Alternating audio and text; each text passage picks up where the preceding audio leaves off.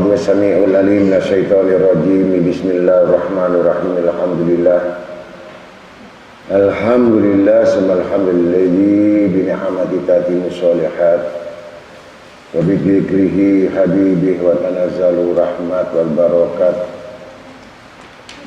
Wassalatu wassalam ala asrafil kainat wa sayyidis sadat nabiyina maulana Muhammad sallallahu wasallam alaihi wa ala alihi wa sahbihi qadat.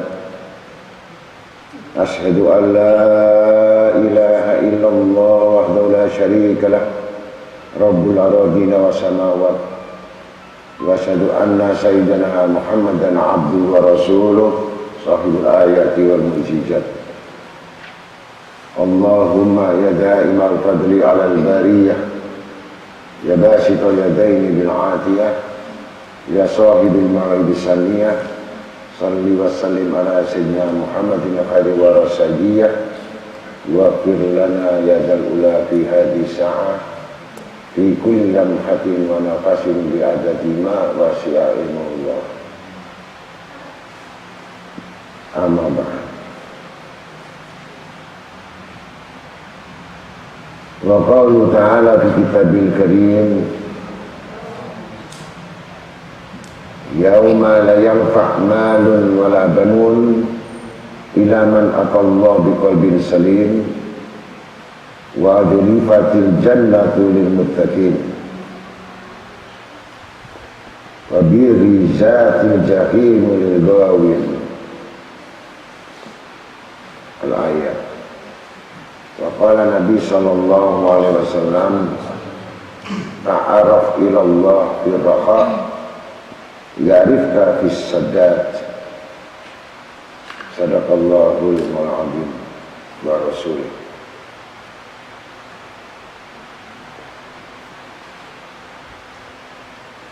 Alhamdulillah, alhamdulillah, summa alhamdulillah. Siang hari ini, tepatnya pada hari Jumat, yang mana hari Jumat itu disebut rajanya hari, yaitu Sayyidul Ayyam. Dan hari Jumat itu adalah hari-hari yang sangat mustajab bagi orang-orang yang banyak berdoa, terutama banyak yang berselawat kepada junjungan Nabi besar Muhammad SAW.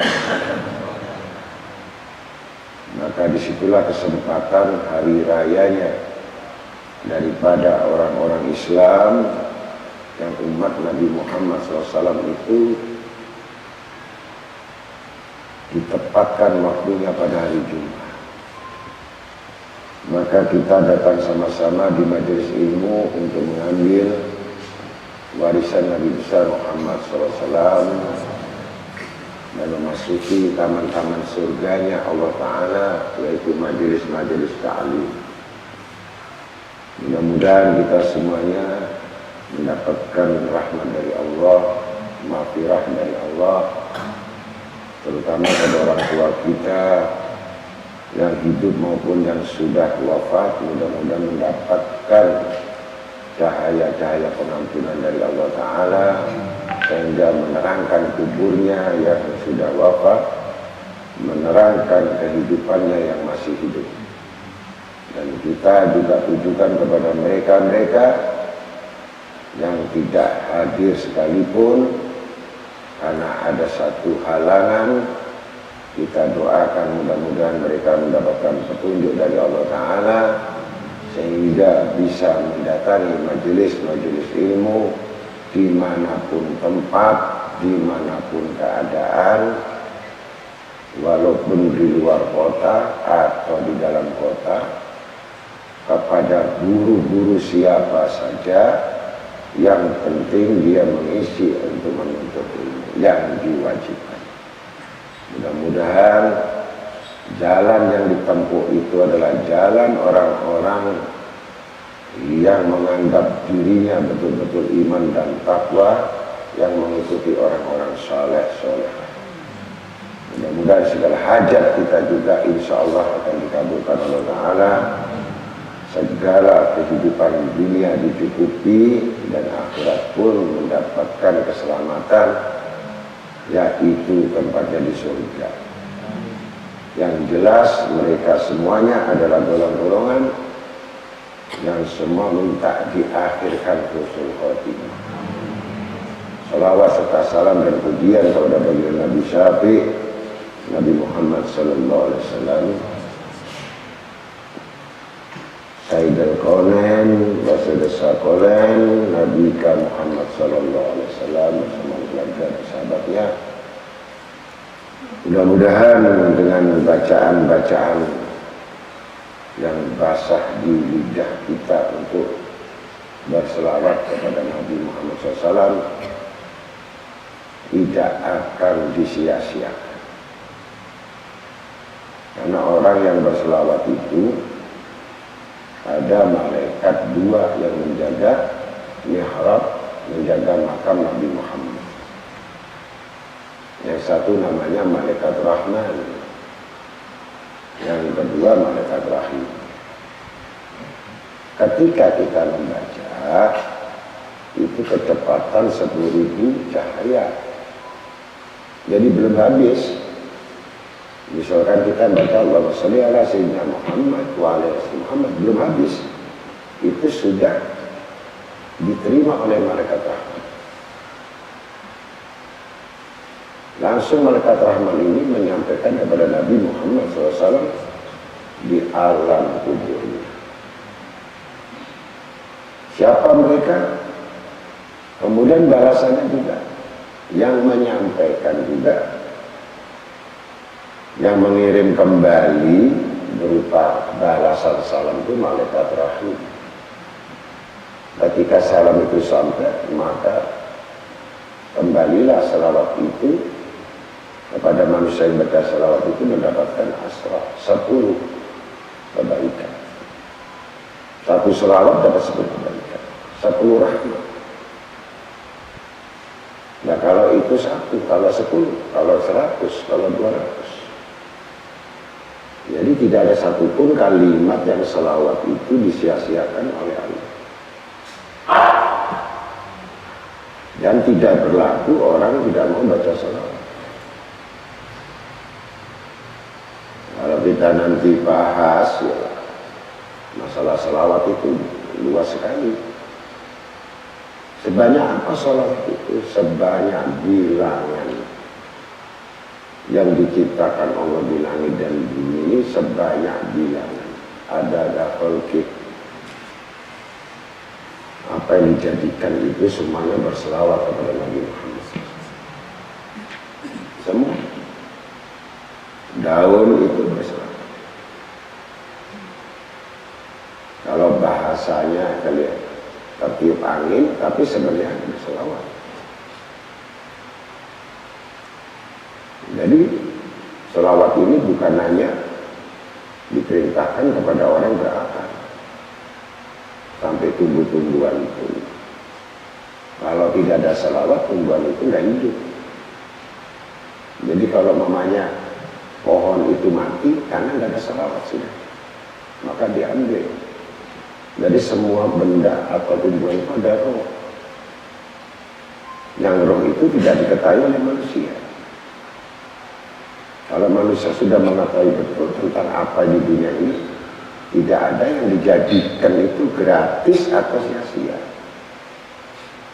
Maka Allah menciptakan manusia itu. Kita ini diciptakan oleh Allah untuk ibadah. Jadi kita diciptakan bukan untuk lain, untuk ibadah. Kalau begitu nggak kerja, ibadah, kerja yang ibadah itu bagaimana? Rumah tangga ibadah, ya. Semua ada unsur perbuatan itu kalau ada yang namanya ibadah. Ibadah itu artinya tidak memohon kepada siapa-siapa kecuali pada Allah. Itu namanya ibadah. Ibadah Allah ibadah kepada Allah, bukan ibadah nas. Ada orang ibadah nas, itu beda. Ibadah sama manusia. Ini dimaksudkan ibadah Allah. Salawat juga itu, salawat kepada siapa? Kepada junjungan Nabi besar Muhammad SAW. Kalau salawat tadi, kalau ditujukan bukan kepada Nabi, namanya bukan salawat. Maka mudah-mudahan kita dengan satu salawat itu saja, satu salawat saja, sudah mendapatkan 10 rahmat. Dengan satu rahmat itu, mulai zaman Nabi Adam sampai kiamat itu nggak habis. Pertolongan Allah itu, rahmat itu pertolongan Allah nggak habis. Satu itu. Dan rahmat itu diberikan 10 kepada umatnya. Mudah-mudahan kita semua dengan banyak berselawat kepada junjungan Nabi Muhammad SAW, yang kita kuatkan yang namanya mahabbah. Apa sih mahabbah? Mahabbah itu cinta. Tapi cinta itu disalahartikan. Kalau satu hadis mengatakan bahwa engkau akan bersama kumpul yang kamu cintai. Akhirnya banyak mengartikan salah. Ngerti maksudnya? Man ahad al-mar'u man ahad. Barang siapa yang cinta kepada sesuatu, dia akan dikumpulkan kepada sesuatu itu. Kemudian dikategorikan satu hadis ini makhluk. Cinta anak, cinta kekasih, cinta dunia. Banyak salah mengartikan cinta. Satu hadis itu tidak ada yang bertalian berkaitan masalah pribadi, tidak ada. Gitu. Disebut maqamal mahabbah, kedudukan orang yang cinta ini. Ya, kalau kamu melihat syair-syair cinta, di situ kamu salah mengartikan dan kamu pasti sangka buruk. Karena kecintaan ini yang dimaksudkan bukan sesuatu yang disebut manusia. Zat Allah, Nurullah, Nur Muhammad. Jadi bukan manusia. Batasan manusia di dalam kecintaan tadi terbatas apa saja di dalam sekedar pengetahuan yang dimiliki, sekedar akal yang dimiliki, sekedar ibadah yang dimiliki, yang tidak mengetahui hakikat mahabbah. Maka tidak disebut itu orang yang mahabbah. Paham? Kalau sudah mengartikan mahabbah itu salah, berarti tertuju kepada lainnya. Kalau sudah kepada lainnya, maka dia berharap kepada yang lainnya itu, dan menunggu yang pada lainnya itu, dan senang pada yang lainnya itu, dibandingkan kepada yang sebenarnya.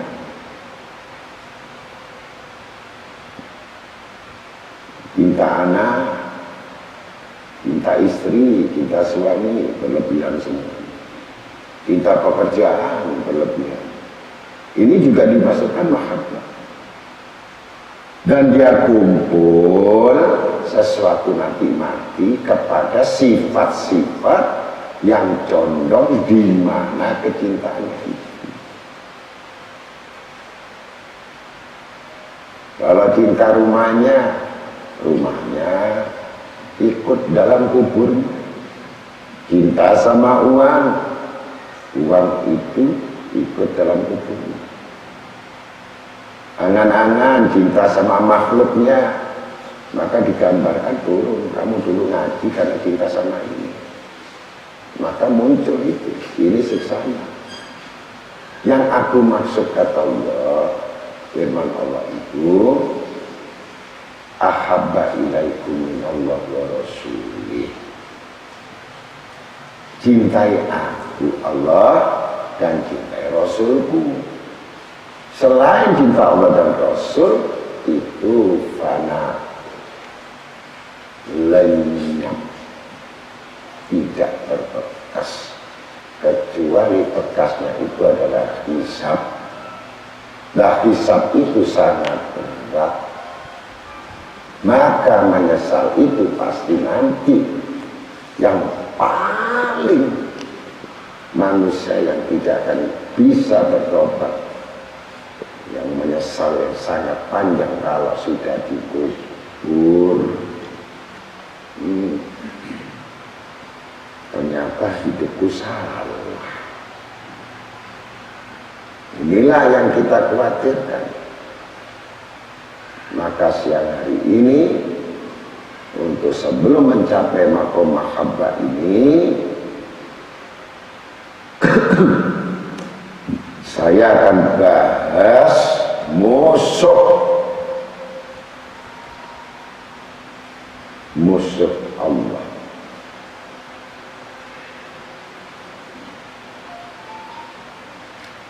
Dan paling dibenci juga sama iblis.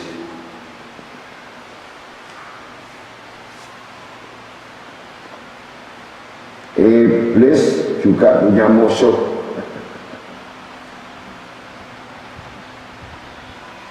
Jangan dipikir Allah saja punya musuh. Iblis juga punya musuh.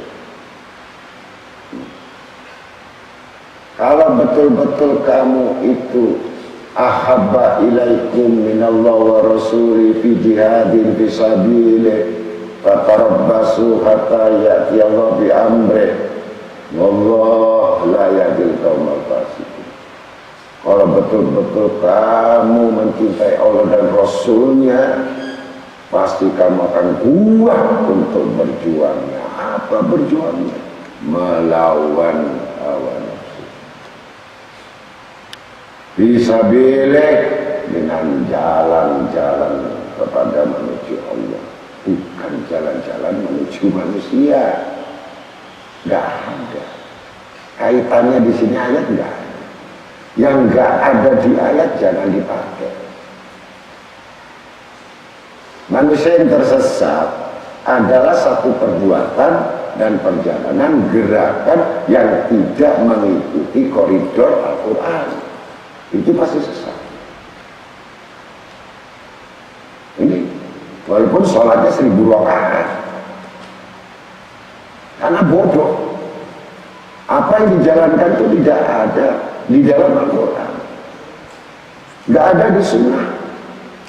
Dia buta, nama ikut-ikutan saja, jalanin saja, puasa jalanin, tapi keluar dari koridor. Ini paling mudah, paling gampang iblis menelan mereka itu. Ibadahnya itu santapan empuk bagi iblis. Kalau orang bodoh ibadah, tapi menganggap itu diterima, padahal untuk mencapai, kita tahu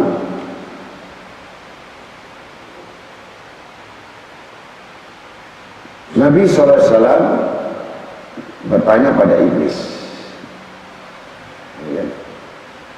Ini yang bisa bicara sama iblis ini, Allah bisa bicara, Nabi Muhammad SAW bisa bicara kepada iblis, dialog, prolog.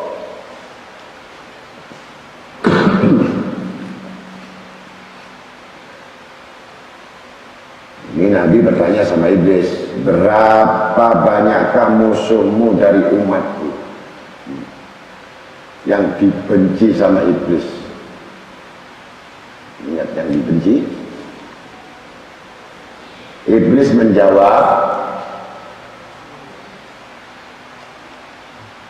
musuhku dari umatmu ya Rasulullah ada 15. Yang pertama, musuh yang paling besar engkau sendiri ya Muhammad. Jadi yang paling besar itu pimpinan dulu yang dimusuhi oleh iblis tadi.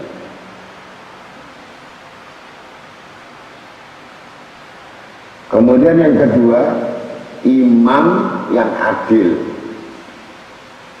pemimpin yang adil. Pemimpin yang adil itu berimam kepada kitabullah Al-Quran dan Sunnah. Itu pemimpin yang adil. Selama tidak berpegang kepada Al-Quran bagi orang Islam dan tidak mengikuti Sunnah Rasul, pasti akan terjadi kelalaian-kelalaian yang tidak disadari. Karena tidak ada rumus sama sekali dalam mengatur semua dalam kebijakan. Maka dalam satu hadis disebutkan, dan dari sini sudah masyhur di mana-mana ulama sering membahas ini dan diulang-ulang agar menjadi wawasan. Waqala Nabi SAW, sayati zaman ala ummati yafirna minal ulama wal fuqaha fayabtalimullahu ta'ala bisalisatin baliyah al-ula tarfal barakah min kasbihim as-sani yusallitullahu alaihi sultana doliman wasulasa wa ayati bighairi iman. Artinya nanti satu masa zaman akhir, kata Nabi ini, banyak orang menjauhi ulama-ulama dan ulama-ulama fakih, ulama-ulama akhirat, menjauh. Fayabtalimullahu ta'ala, maka Allah Ta'ala kirimkan ujian, balak, musibah kepada orang-orang yang menjauhkan ulama. Apalagi kita suruh mahabbah, ngomong dekat saja susah. Diancam 3 perkara musibah itu. Ya. Yang pertama, musibah itu usaha apapun, pekerja apapun, bisnis apapun, berniaga apapun, komitmen apapun, approach apapun di dalam bisnis mereka, yarfa, diangkat berkah dalam usaha. Diangkat berkat usahanya. Dapat 1 juta, utangnya 10 juta. Dapat 5 juta, ditipu 50 juta.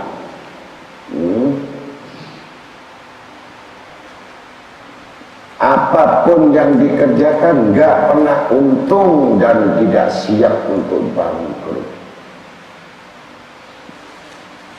Apalagi pekerjaan itu sebagai tujuan dan sebagai puncak kenikmatan.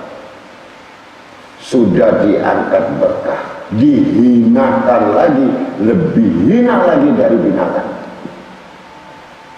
Ini yang pertama.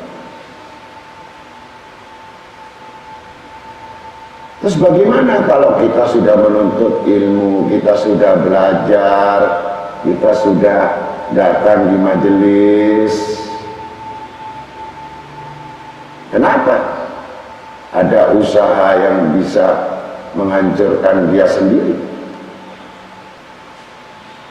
Ada usaha yang membuat dia ini ternyata datangnya di pengajian tadi condong cinta pada dunia. Allah cabut juga berkah. Apapun yang sifatnya condong tadi untuk mendapatkan sesuatu yang dianggap itu berkah, padahal itu lebih cepat sanksinya daripada orang yang tidak mengaji. Karena orang yang tidak mengaji, mereka dikasih kesempatan dengan ujian-ujian kecil dulu, diberi kebingungan dulu, pelan, tapi berkurang terus sampai habis. Tapi orang yang mengaji, yang menuntut ilmu tadi, ketika niatnya untuk mendapatkan semata-mata dunia, menganggap berkah itu adalah dunia, menganggap sesuatu kekayaan itu adalah berkah, maka di situ Allah gantikan. Ada dua, apakah dicopot dia punya iman atau dia dihinakan dalam dunianya, mengalami kerugian. Dua, iman tidak bekas, imannya tidak berbekas, karena itu adalah disebutkan dalam kitab bahwa yang datang tadi adalah bentuk-bentuk mayat yang tidak hidup. Dia datang di majelis tapi mayat, bukan manusia. Ini yang disebutkan berkah diangkat. Iman nggak ada lagi, yakin nggak ada lagi. Semua apa yang dijalankan semakin kuat was-wasnya dan ragu-ragunya, dan semakin kuat keinginan dunia menggebu-gebu di hatinya. Yang melimpahkan Allah dan Rasul niscaya tidak berpegang pedoman Quran dan Sunnah. Ini semua berkah sudah banyak diangkat, nggak ada berkah lagi. Semua wali-wali mengatakan akhir zaman tidak ada berkah, sudah diangkat semuanya. Dapat 1 juta butuhnya 2 juta, dapat 3 juta butuhnya 5 juta, nggak pernah puas. Itu tanda-tanda berkah, nggak pernah cukup. Maka rakus. Ini yang pertama. Kenapa? Menjauh. Ya firuna, menjauh. Kita ini mendekat kok. Saya tiap hari ketemu guru kok. Tiap hari saya berhadapan duduk, dan saya ngaji sampai subuh. Saya ngaji sampai tiap hari. Kata-kata dekat, Allahu qaribun minni, Allah dekat kepada orang yang dekat kepadanya.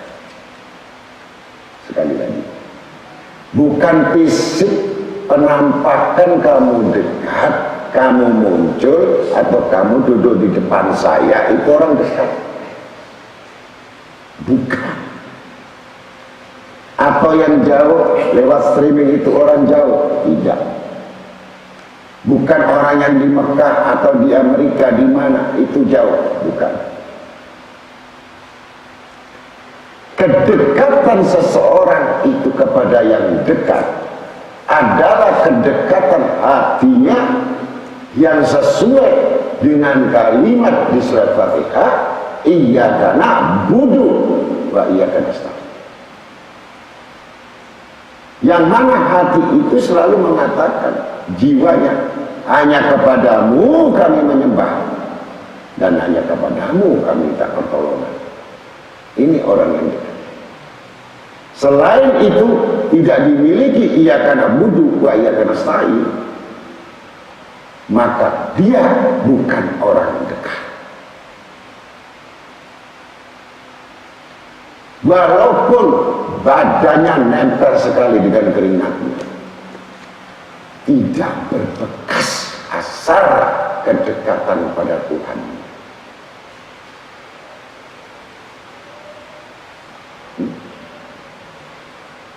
Maka kedekatan ini kita harus mengerti kalimat apa yang kita baca. Hanya kepadamu, kata-kata hanya kepadamu berarti tidak ada yang lain. Mu itu siapa? Mu Allah. Dan menyembah, tunduk, ta'alluq bukan kepada siapa yang dimaksud. Dan tidak ada satupun yang bisa melindungi, yang bisa menolong kecuali nasta'in, Allah Ta'ala yang menolong. Maka ia karena budu wa nasta'in. Kenapa dibuat jantungnya dari surat Fatihah? Kalau manusia mengerti bahwa itu adalah otak daripada segala penggerak, niscaya dia tidak akan menyembah yang lain. Kalau mengharapkan sesuatu yang lain, berarti bukan orang dekat. Bukan. Banyak kisah riwayat mungkin sudah kita ungkap. 25 tahun mengaji, bahkan minumnya tiap hari, makannya, bajunya tiap hari, dekat, hampir tiap hari, 1 menit menatap wajah guru. Sampai matinya pun di pangkuan. Kata si murid, guru, berikanlah sir dan asarmu kepada aku. Mau berkah, aku beri. Kalau kamu datang pasti berkah. Apa yang kamu masuk berkah pasti lain kan berkah kamu dengan saya. Tapi berkah yang kamu inginkan kita berikan. Apa yang kamu senang kita berikan. Tapi apa yang disenangi Allah kamu tidak milih. Maka untuk itu kamu hanya dapat berkah apa yang kamu senang, bukan kami senang. Tapi masalah rahasia ilmu dan bekas ilmu atau hal-hal yang sifatnya menguntungkan di dalam kehidupan akhiratmu, sama sekali hai muridku, kau tidak berbekas. Karena kau dekat hanya fisikmu, tapi bukan hati. Nah ini. Jadi kembali lagi kalau kita melihat keajaiban hati. Seorang wali tadi melihat keajaiban hati tadi. Berkah itu diberikan kepada seseorang yang hatinya selalu berlindung kepada Allah, yang selalu ibadah kepada Allah, kemudian yang selalu minta pertolongan kepada Allah. Itu ya karena budu wa iya nasta'in. Kalau ini tidak dimiliki, diangkat berkah.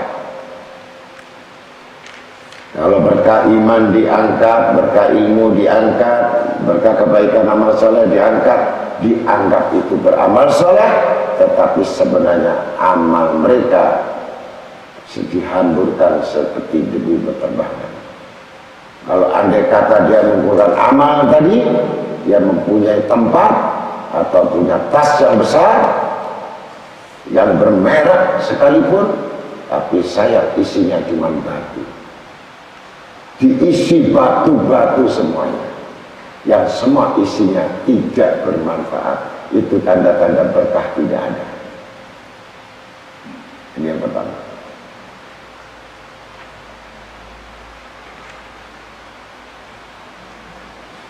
Yang kedua tadi,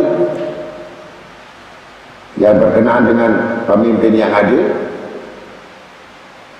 ancaman Allah kepada seorang pemimpin, baik siapapun yang namanya pemimpin itu, pemimpin keluarga, pemimpin kampung, pemimpin daerah, pemimpin semua, pemimpin umat, pemimpin siapapun yang namanya memimpin itu, tidak akan adil. Kepala rumah tangga enggak adil. Segala bentuk memimpin perusahaan enggak adil. Memimpin kelompok kecil dalam umat enggak adil. Jadi pimpinan punya bawahan enggak adil. Yusallitullahu ala minasultan alaihi sultan minadolim. Zalim, kata zalim ini adalah enggak memiliki keadilan yang tidak dirasakan oleh pimpinan. Tapi mengeluh ini adalah karena sifat tidak adil. Ini yang kedua. Yang ketiga, ibadahnya banyak, dengan sujud banyak, tapi matinya kok tidak bawa iman. Ketika sakaratul maut, ternyata matinya dia bawa cinta. Cinta apa? Oh, itu perusahaan saya belum selesai, itu kerjaan saya masih banyak. Dia ngomong begitu. Lah, kelihatan kebiasaannya. Aduh, keluar mati. Jadi apa yang tumbuh dari kecintaanmu yang paling dalam di hati terkuat saat itu akan diputar langsung kasetnya sama Allah Ta'ala untuk disebutkan pada hari akhir.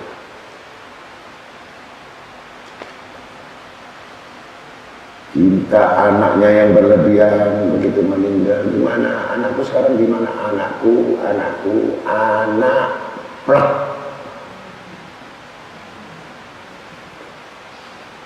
Tidak akan bisa dipolitisir dan tidak bisa direkayasa kaset-kaset yang ada di dalam dirimu. Kalau kamu daftarkan masih keinginan pegawai negeri, umatnya kamu mengeluarkan biaya pada saat tes terakhir pengumuman, ketika itu sakaratul maut, aku diterima atau tidak ya, aku diterima atau tidak ya, karena yang diinginkan itu muncul ketika itu, langsung dia wala la ilaha illallah, tidak baca. Kelihatannya gampang baca la ilaha illallah kalau kamu sadar. Tapi kalau kamu sudah koma, kamu tidak sadar, ketika alam roh itu masuk, kamu baru bisa malaikat Israel, baru bisa melihat malaikat Israel itu datang. Ada yang tampak marah, ada yang tampak senyum, ada yang tampak sangat cakap. Maka mencabut nyawamu, pasti kamu akan menyebut apa yang menjadi kesukaan kamu, tanpa bisa ditutupi dan disuap apapun.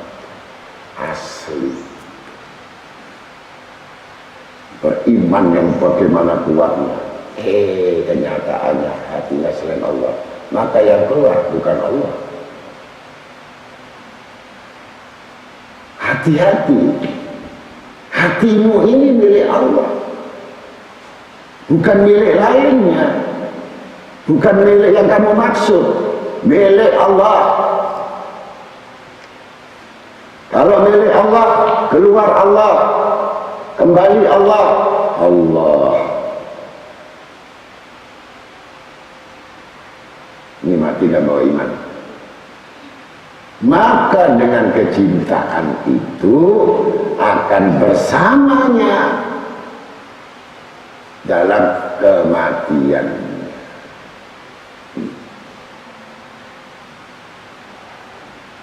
Ya, kamu tanya saja sekarang, cintamu itu apa yang paling besar?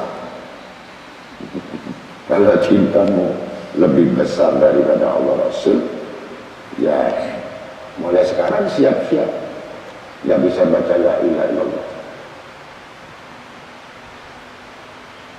Karena la ilaha illallah ini yang dibutuhkan, ringan ucapan tapi komitmen. konsekuensi bahwa tidak ada lainnya yang bisa dibandingkan, yang bisa disekutukan, yang bisa diserupai. Apa yang diinginkan, yang dimaksud manusia, ilallah, dengan tasdik di qalb, membenarkan bahwa saya betul-betul cinta kepada Allah. Begitu tidak.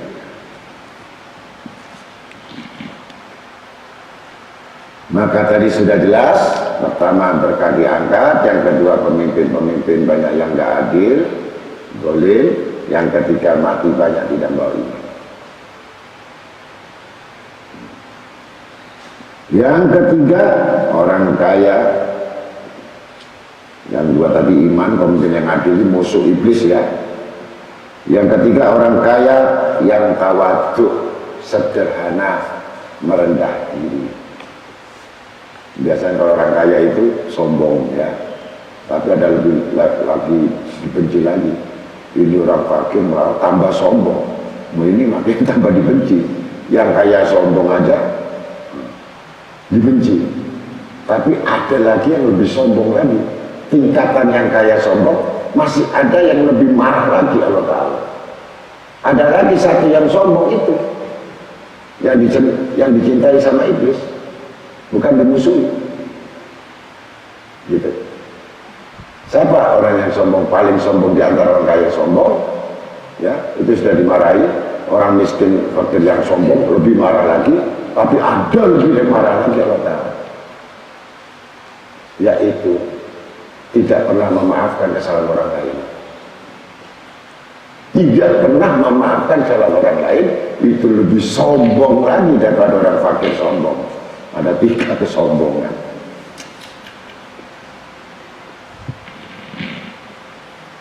Yang kaya sombong saja masih tingkatan satu. Terus yang fakir sombong itu lebih lagi, gengsinya luar biasa ini. Lebih marah lagi.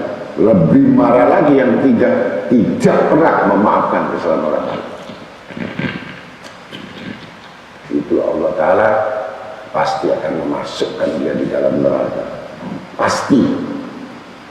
Sebiji atom Anda sombong di hatimu, pasti kamu tidak selamat hidup ini kecuali neraka tempat.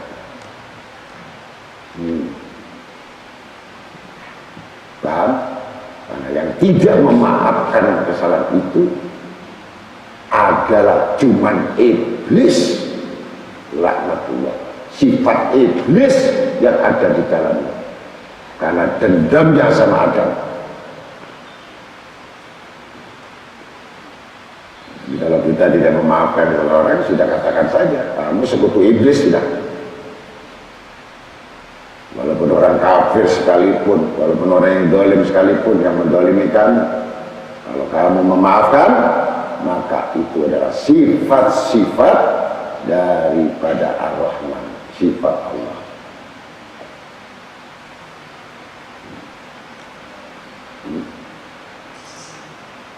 Ini kalau tawadhu, orang kaya yang tawadhu merendah diri.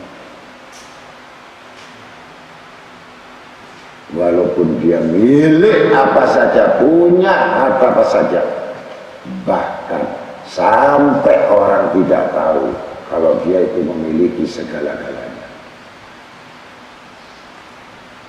Yang biasa yang angkuh itu yang pas-pasan.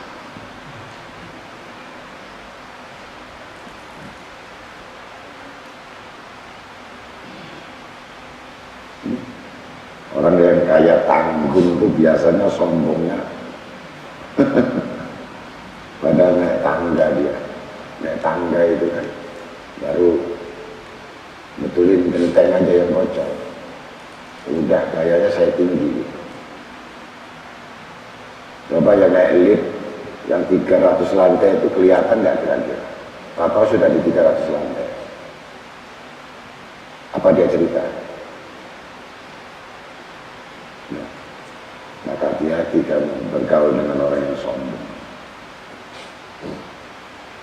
Ini bersekutu orang yang sombong tadi. Ayah sombong bersekutu. Tawadhu musuh iblis.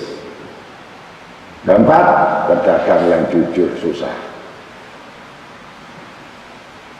Pedagang yang jujur susah.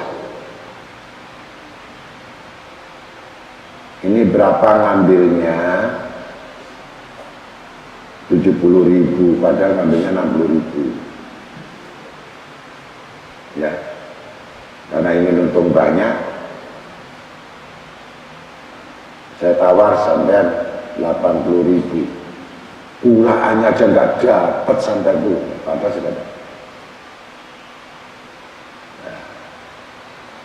Semua timbangan dicuri.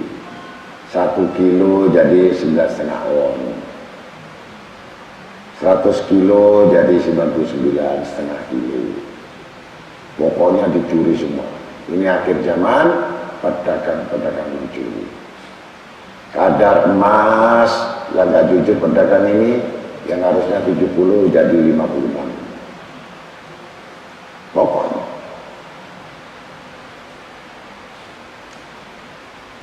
Dan dianggap kelebihan itu katanya berkah. Dianggap berkah. Maka justru berkah itu ada di mall. Karena harga mati. 700.000 udah mau beli terserah, nggak beli terserah. Tanya sama pelayan ini berapa? Itu ada harganya. Bisa ditawar, di pasar saja kalau nawar, di mall jangan nawar. Harga yang sudah standar patokan, justru itu akhlak Nabi Muhammad SAW dipakai sama orang kafir. Dan kan orang kafir, akhlaknya dipakai orang beriman, kan repot ini.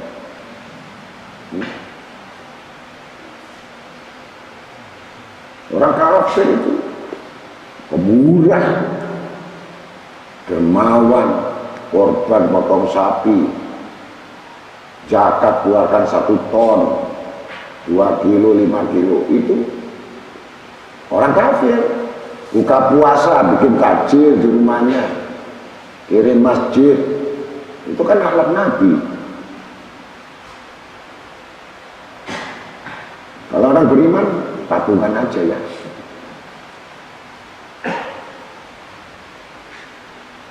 Bagaimana nasibnya mau baik, bagaimana nasibnya akan berubah. Wong dia sendiri sudah tidak tahu menjadi orang yang jujur tadi. 4 orang alim yang mengajar sholat yang khusyuk. Wah ini kok nomor 5 ya, masih kan nomor 2 ya. Masih nomor 5. Bagaimana kamu sholat khusyuk, bagaimana kamu sholat yang tepat, bagaimana musuh. Supaya dapat upah, supaya dapat ongkos, supaya dapat bayaran. Ngajarkan sholat supaya dapat bayaran. Perkara kamu gak khusyuk gak masalah, bayaran.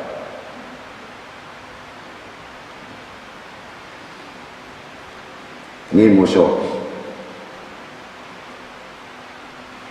6 orang mukmin yang selalu bernasihat.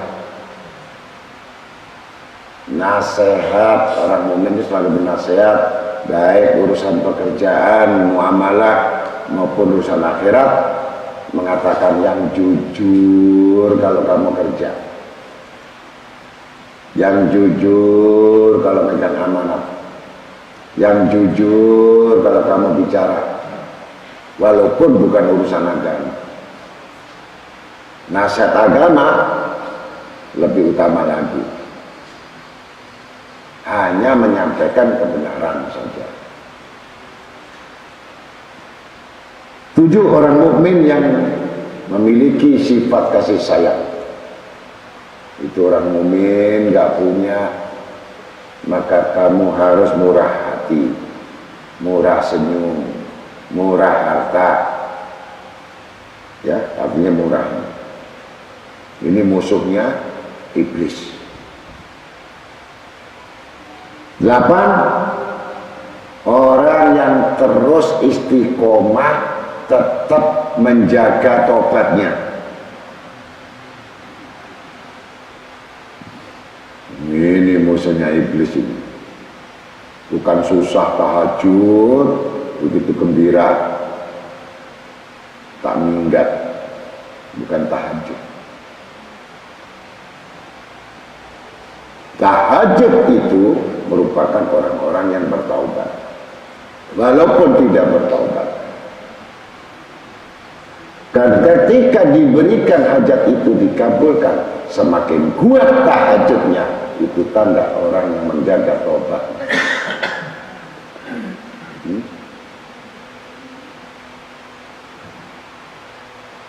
Kalau tidak mampu, ya sudah, sholat sudah taubatnya. Nggak mampu lagi, ya jaga saja istighfarnya 1000 kali satu hari. Tidak peduli dia diberi atau tidak, dia tetap bertobat. Ini iblis geram.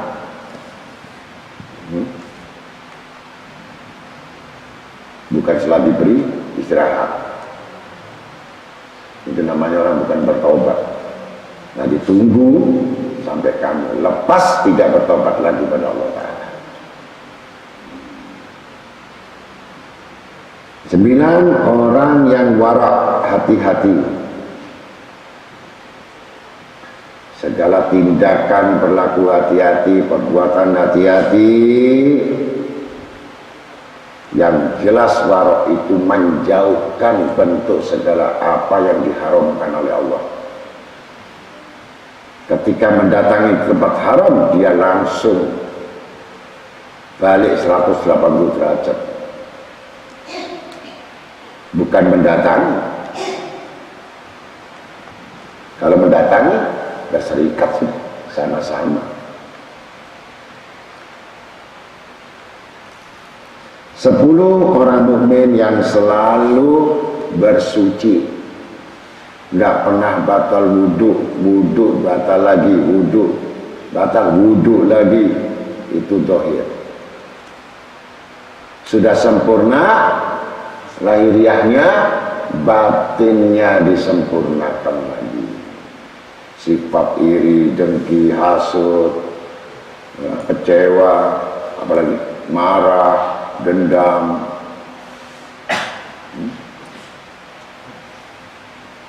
nggak ada lagi. Itu namanya suci. Arti yang suci, semua apa yang mengenai dia, dia tidak pernah mengingatnya, dan dia ada kesalahan selalu memaafkan semuanya. Itu orang suci.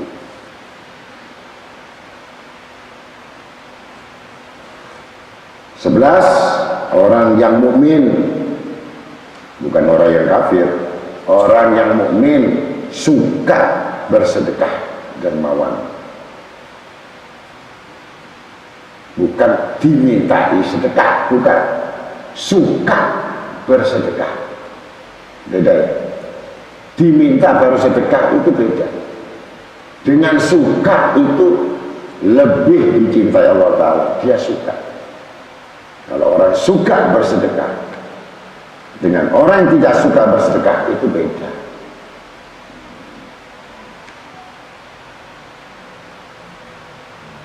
Kalau orang mukmin yang suka bersedekah, berarti itu golongan orang mukmin yang suka bertaubat.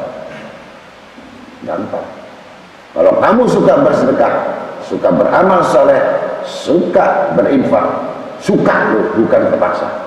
Sekali lagi, bukan tendensi, motivasi, persentase, bukan. Senang, suka duka, ada tidak ada, suka. Itu adalah orang-orang yang seperti hanya mereka suka bertobat. Jadi orang yang suka berinfak, bersedekah itu, pemurah itu adalah orang-orang yang bertaubat. Walaupun sholatnya sedikit, sunah-sunah, lebih dicintai Allah. Banyak zikirnya, banyak sholatnya, banyak ini, tapi perhitungan. bukan termasuk orang pemurah, bukan. Bukan orang yang suka, bukan. Hukum. Ya. Kalau tidak ada hukum, saya juga nggak mau bersedekah. Ke-12, orang mukmin yang bagus akhlaknya, sopan santun, punya akhlak, adab, etika. Marah, iblis ini marah. Kamu harus kurang ajar, gitu. Kamu harus supaya kelihatan tidak bagus akhlaknya. Ini merusaknya iblis tadi. Salah lagi jalan kita. Hah? Ini iblis yang belokkan itu iblis. Maunya nggak mau. Tapi karena kesel, ya, akhirnya akhlaknya buruk. Ini orang kenapa? Gitu. Iblis jatuh sudah. Hilang amalannya. 13 orang mukmin yang bermanfaat kepada orang lain. Khairun nas atau blinas. Dia selalu dibutuhkan orang lain. Yang tidak terbatas siapapun yang membutuhkan, dia selalu menolongnya. Siapapun mereka. Sampai kepada hewan pun perhatiannya untuk bisa menolongnya. Ini sifat orang mukmin. Ini musuhnya iblis. 14 orang yang hafal Al-Quran dan selalu mengamalkannya. Jadi khataman Quran, paling dibenci iblis. Agar merasa capek, merasa nggak ikhlas, merasa kesel, begitu. Kata iblis, kamu jangan mau dibayar murah begini. Kamu menghafalkan tuh habis berapa juta? Kata iblis, rugi. Mulai hatinya bermain-main, mulai nggak ikhlas. Nah, ini iblis ini goda kita supaya gugur amalnya. Apalagi berangkat itu jelas. Kalau saya datang ke sana dapat 5 juta, duluan datang. Wah, udah iblis sudah menang. Kamu sudah caplok gitu. Itu. Ini musuhnya. Ikhlaslah dalam beragama. Mukhlisina lahuddin.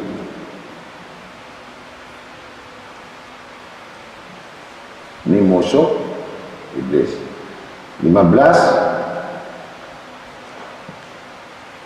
orang yang mengerjakan sholat malam, sering tahajud, orang lain pada tidur. Wah, marah iblis itu. Kalau kamu bangun tuh iblis itu marah.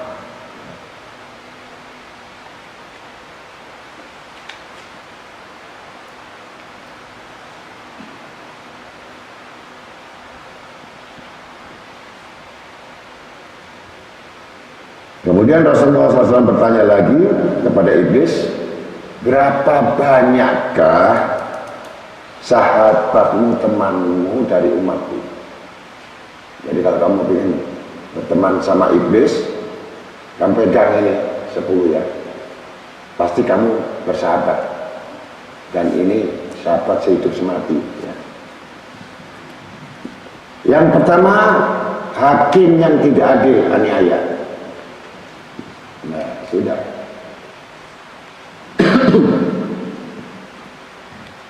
Yang kedua, orang kaya yang sombong. Ya, udah deketin aja. Berarti kamu termasuk golongan sahabat gerib. Ketiga, pedagang yang khianat. Waduh. Ini sahabat kental, sahabat sehidup semati dengan iblis. Yang keempat, suka meminum arak, minuman-minuman keras, narkoba, sahabat Yang kelima, orang yang memutus tali silaturahim persaudaraan.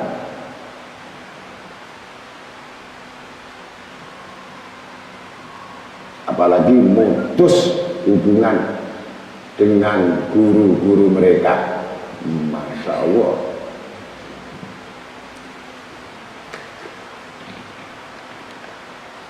Keenam, pemilik dan pemakan harta riba itu sahabat, sekutu.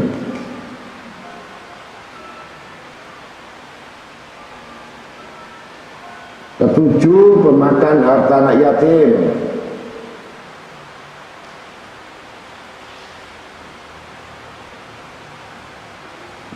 Delapan, orang yang meremehkan sholat. Alah, sholat begitu saja kok. Ini sudah berserikat dengan yes. 9, orang yang enggan tidak mau mengeluarkan zakat. Nanti hartaku berkurang. Begitu.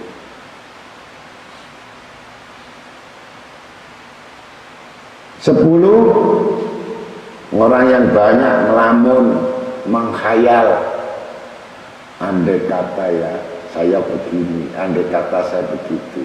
Ini sudah bersahabat dengan iblis. Coba dulu saya masih muda ya, sekarang saya sudah tua. Saya tidak bisa belajar. Coba saya dulu muda, saya mungkin bisa hafal Quran, bisa. Ini termasuk golongan penyesalan yang tidak berguna. Belum tentu kamu itu dari muda belajar itu bisa mengetahui dan bisa duduk dengan ulama. Belum tentu yang kamu dari asal kerusakan kamu tidak menjadi baik. Bersyukurlah apa yang ada sekarang, bukan menoleh memikir belakang. Sesal tiada guna. Tetap hidupmu buatlah manfaat sehingga tidak menjadi orang yang menghayal atau melamun, sehingga kamu terus diburu penyesalan yang tidak pernah ada usaha lagi. Itu serikat iblis, sahabatnya. Maka goda seperti itu terjadilah. Kalau sudah kerusakan-kerusakan itu karena mengikuti perbuatan iblis, rusaknya manusia, rusaknya dunia. Jadi yang membuat rusak dunia ini manusia, bukan Allah Ta'ala. Maka dengan demikian sudah jelas siapa musuh iblis dan siapa pengikut iblis. Itu saja diulang-ulang, kamu ulang-ulang, membacanya ulang-ulang, bahkan 1 hari sampai 300 kali mengulang-ulang, sampai kamu mengingat siapa musuhmu, siapa sahabatmu. Wassalamualaikum warahmatullahi wabarakatuh.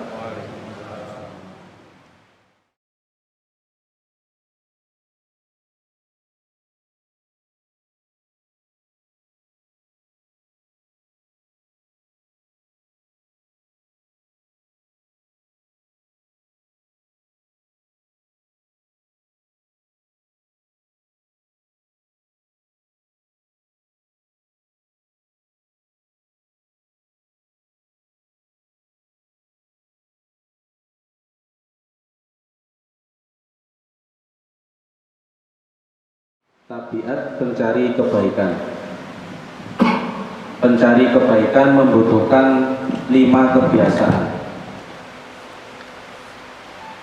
Yang pertama adalah kebenaran atau al-shawab. Yang kedua adalah kejujuran atau al-sidik. Yang ketiga, syukur atau al-syukr. Yang keempat, berharap atau al-roja. Dan yang kelima, takut atau al-khauf. Satu diantaranya tentang kebenaran. Berlaku benar atau bertindak secara tepat adalah sunnah. Namun kalau dihubungkan dengan tabiat pencari kebaikan tadi, orang bertindak baik belum tentu benar, orang yang benar kadang dikatakan baik. Ini mohon pemahaman dari guru terkait dengan 5 hal seperti itu. As-siddiq.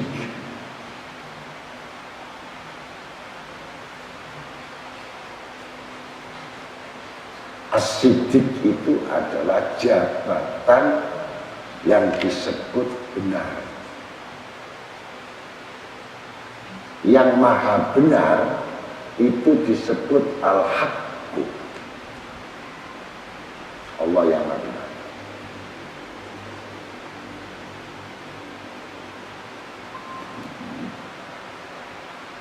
Benar yang dimaksudkan adalah benar di sisi Allah.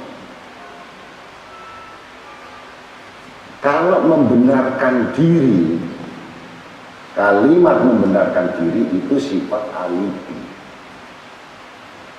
Yang alibi ini merasa benar. Kalau orang itu merasa benar, pasti orang itu tidak akan menerima nasihat orang lain. Karena sudah merasa benar.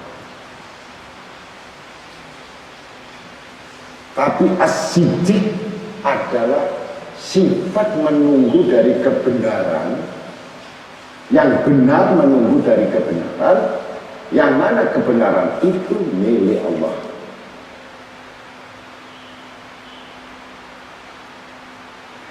Kalau benar yang di sisi Allah itu berupa kebenaran, itu disebut kebaikan. Kebaikan itu dibagi lagi ada 2 macam. Yang satu sifatnya hasanah, yang satu sifatnya khairah. Kebaikan yang dimaksudkan berdasarkan kebenaran dari Tuhannya, dia akan merasa memiliki benar. Tapi kalau orang yang merasa benar, dianggap dia merasa benar, dan dia memperoleh khair, kebaikan itu bukan dari Tuhannya, tapi dari manusia. Hasanat itu adalah kebaikan dari Tuhan. Maka dalam kitab Al-Guniyah, karangan Sultan Aulia Allah Nur Haikali Syabdul Qadir Jailani, mengatakan kalimat kata-kata hasanat yang membahas dari doa yang disebut satu jagat.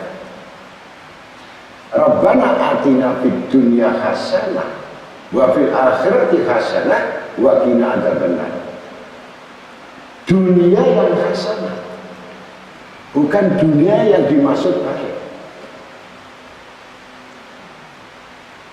Kalau dunia itu baik bagi orang kafir, baik bagi orang munafik, baik bagi orang fasik, itu baik.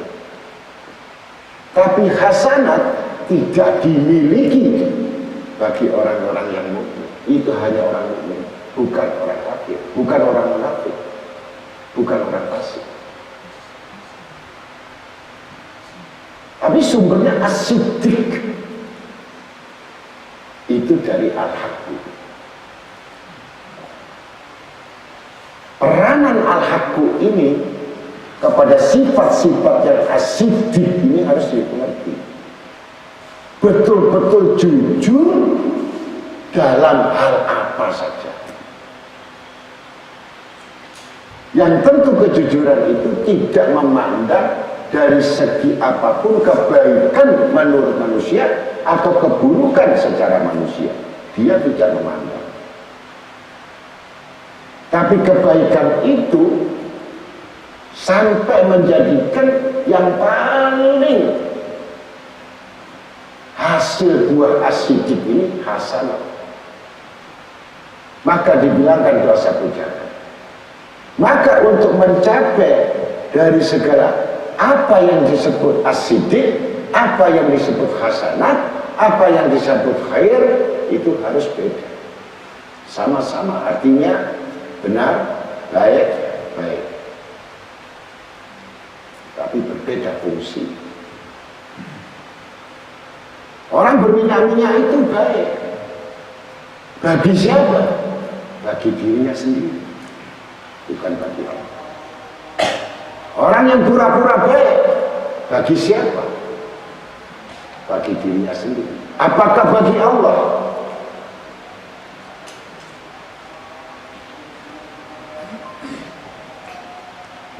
Maka untuk mendapatkan semua kehidupan dunia dengan hasanat, bukan baik.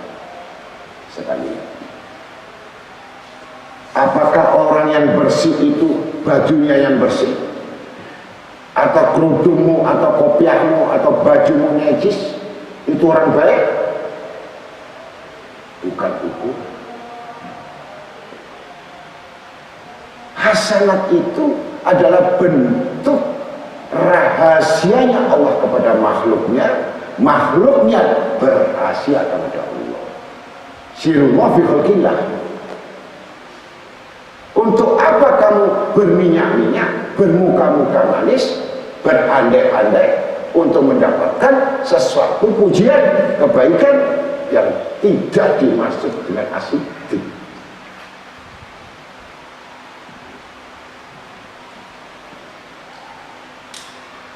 Untuk mencapai hal semacam itu, maka seorang murid bertanya, bagaimana Tuan Guru untuk mencapai hasanah?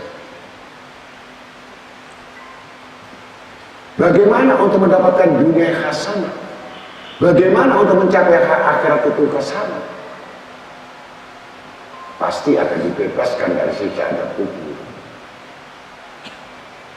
Hasanah kebaikan ini, untuk mendapatkan dunia ini, semua yang berlaku di dunia ini harus paham betul dengan ilmu agama. Meraih akhirat itu pun harus paham betul dengan ilmu tentang akhiratnya. Tanpa dasar pedoman ini, mustahil seseorang itu mendapatkan hasanah.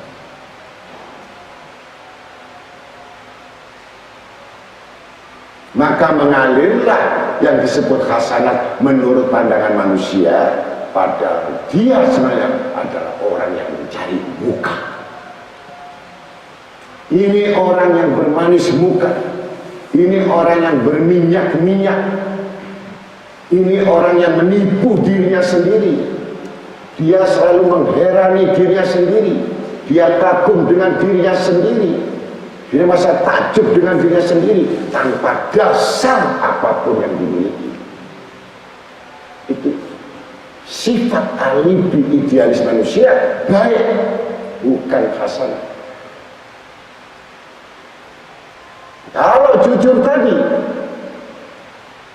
maka akan diberikan sesuatu kebaikan, hasanah. Dari siapa hasanah? Satu contoh, setiap orang yang beramal satu biji, kami berikan hasanah 10. Bahasa dimudahkan kebaikan. Kata-kata kebaikan dari siapa yang beri baik? Dari siapa yang memberikan hasanah? Apakah manusia yang membalas?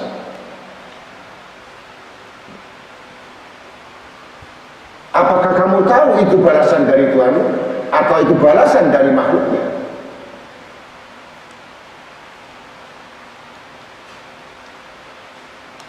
Kalau memang betul merasakan kebaikan itu dari Tuhannya, itu disebut hasanah.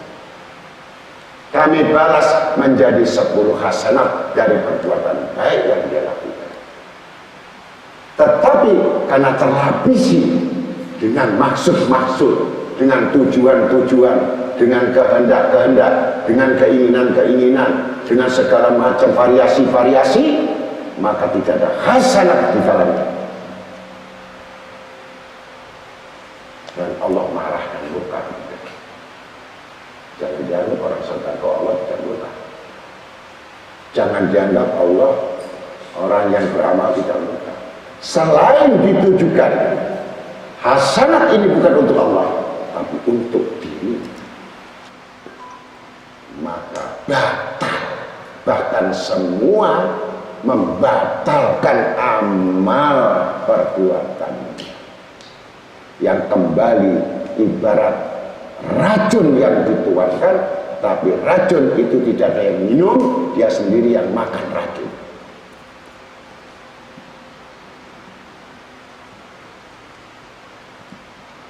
Urusan dunia apapun itu mencari as-siddiq, maka disebut Sayyidina Abu Bakar as-siddiq.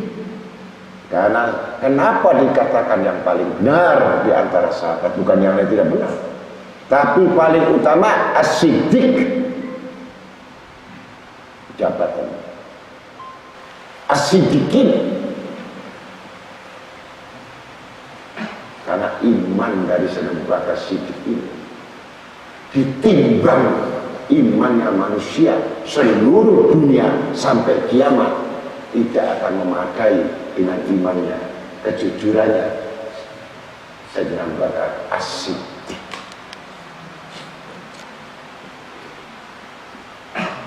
Dan yang memberi gelar ini bukan hal-hal yang tidak bisa dipercaya. Allah mengirimkan malaikat Jibril. Malaikat Jibril menurunkan kepada Nabi Muhammad SAW. Nabi Muhammad menyampaikan lagi kepada Abu Bakar as-siddiq radhiyallahu anhu yang dapat berita.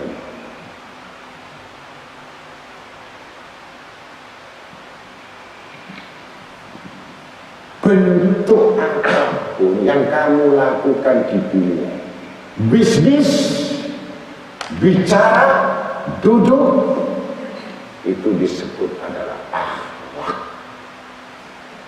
adab, yang semua tidak boleh keluar dari koridor ittiba Rasul Sallallahu Alaihi Wasallam. Cara duduknya, cara berjalannya, cara bicaranya, cara beramalnya, semua tidak melewati atau melampaui dari Nabi Muhammad. Selama yang melampaui atas dari apa yang pernah dikerjakan oleh Nabi Muhammad, ini orang yang keluar koridor. Maka sifat yang keluar dari koridor itu tidak ada sunatullah, tidak ada sunatul Rasul, maka di situ amal yang untuk diri. Selama amal itu untuk dirinya, jangan pernah bermimpi untuk dibalas. Pasti kamu menginginkan balasan yang tidak lain kepada siapa yang kamu tolong, siapa yang kamu beri, siapa yang kamu perhatikan. Pasti kamu berputar-putar seperti keledai di penggilingan gandum, sama-sama bodoh.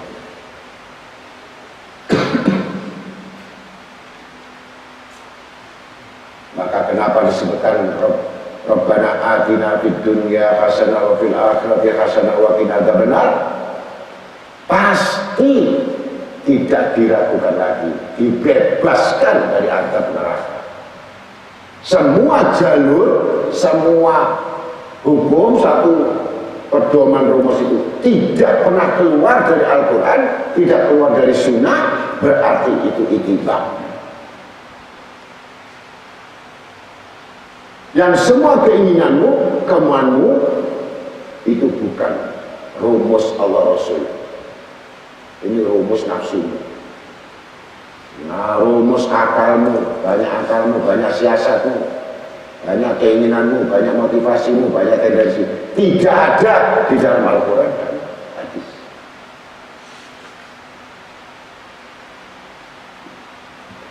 Tidak disebutkan hasanah. Pasti kamu tadi yang dibicarakan lagi. Baik, kamu mencintai orang yang baik, kamu tujuan karena ingin cinta dengan orang baik, pandanganmu salah.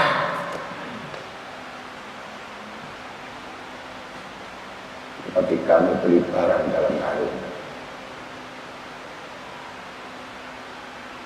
Kenapa orang ini sholatnya 5 waktu, rajin di masjid, rajin di musola, bagus secara pandangan dokter, tapi menipu Allah, di mana Allah mengetahui baik yang menurut manusia tadi ternyata dia matinya sesat di dalam akhir hayat.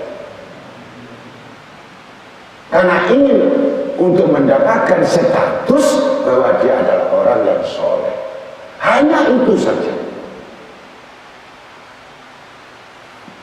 Tidak disebut kamu itu, saya ini adalah orang yang bertaubat. Kalau kamu katakan, saya ini orang yang bertaubat, kamu bukan orang yang bertaubat. Saya adalah orang yang ngaji, saya bukan orang yang ngaji. Saya ingin belajar, ternyata kamu tidak ingin belajar, apakah disebut orang belajar?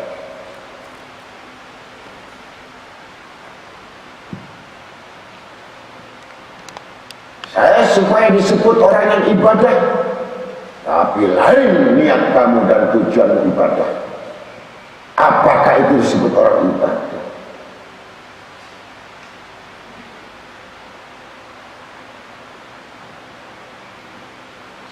Tidak disebut semua itu, apalagi maqamah siddiq, orang-orang yang punya kedudukan benar hanya dimiliki para sahabat.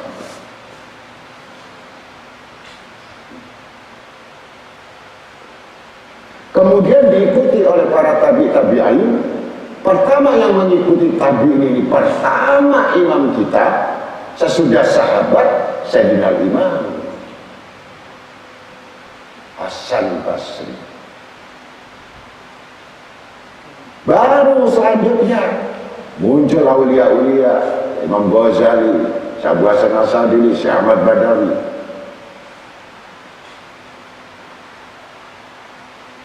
Syekh Abu Bakar bin Salim, sampai kepada siapa-siapa penerus-penerusnya. Ini mengambil dari bagian as-siddiq itu bagaimana untuk memimpin, bukan umat yang pertama itu, untuk memimpin dirinya ini, untuk memimpin hatinya agar menjadi orang yang pertama, as-siddiq, jujur hati. Kau lapisi dengan seraput-seraput kejujuran apapun, kau akan menangisi dirimu sendiri dengan banyak penyesalan. Karena kamu tidak memiliki kebenaran yang hakiki di dalam hatimu. Sampai betul semua perbuatanmu hasanat. 1 dapat hasanat 10, 10 dapat 100 hasanat. Bukan minta hasanat, yang dimaksudkan kebaikan itu hanya pandangan manusia kepadamu. Tunggu kehinaanmu, dunia saja kamu sudah hina, bagaimana akhirat lebih terhina lagi, lebih busuk lagi dari bangkai. Karena apa? Tidak ada kebaikan yang paling baik, adalah kebaikan di sisi Tuhan. Wa anta khairun, wa anta khairun nasirin. Yang siapa sebaik menolong? Allah.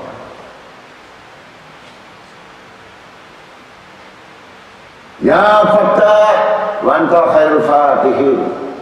Ya Razak, wa anta khairul razikin. Ya wakil wa anta khairul mutawakkilin.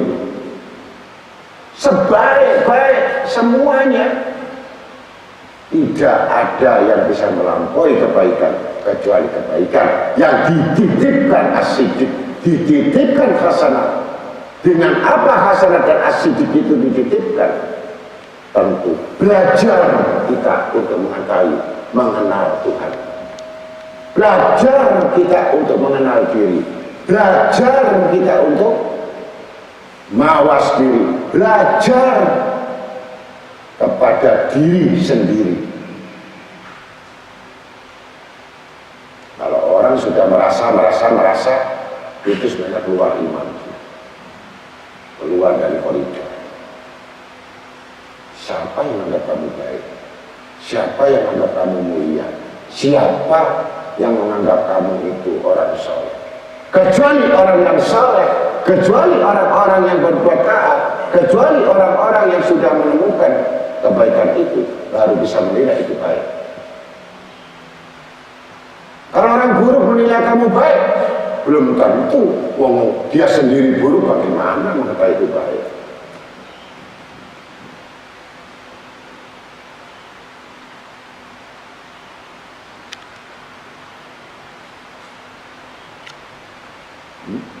Ya untuk itulah mudah-mudahan apa yang disebutkan tadi, bagaimana untuk mencapai as-siddiq, tentu kita berpedoman kepada kitab Al-Quran dan Sunnah dan para sahabat semuanya, yang tidak pernah dilakukan keburukan-keburukan dan tidak pernah dilakukan kebaikan-kebaikan kecuali kejujuran kepada Tuhannya, bukan yang dimaksud oleh manusia. Untuk itulah mudah-mudahan sedikit ini bisa mengerti as-siddiq. Bertanyalah setiap kebaikan yang akan kamu lakukan, sudahkah itu kebaikan itu kamu lakukan semata-mata untuk Tuhanmu, atau kebaikanmu semata-mata kamu ini dilihat teman dan sahabatmu sebagai orang yang pemurah, sebagai orang yang sangat dermawan, sebagai orang yang sangat pemberi. Naudzubillah min dzalik. Sampai membutuhkan kesadaran yang paling tinggi. Apa kesadaran tinggi? Semua kejujuran yang tidak ada batasnya. Kalau Allah sudah memberikan hasanah, pasti kamu dibebaskan oleh wa iqad lahum minan nar wa ajirna minan nar. Pasti kamu dibebaskan oleh neraka. Untuk itulah mudah-mudahan sedikit ini pengertian as-siddiq hanya diperoleh orang-orang yang melewati jembatan-jembatan yang sangat betul-betul mengetahui, yaitu takutnya dan berharap pada Tuhan. Kalau takut saja sama Tuhannya, maka tidak sempurna harapan. Harapan saja tidak disertai takut, maka tidak sempurna juga yang namanya harapan. Mudah-mudahan itu yang disebut kebijakan, bahwa kejujuran itu bersumber adalah dari cahaya pertolongan hati kepada seseorang yang dicintai, yaitu orang-orang yang takwa. Assalamualaikum warahmatullahi wabarakatuh.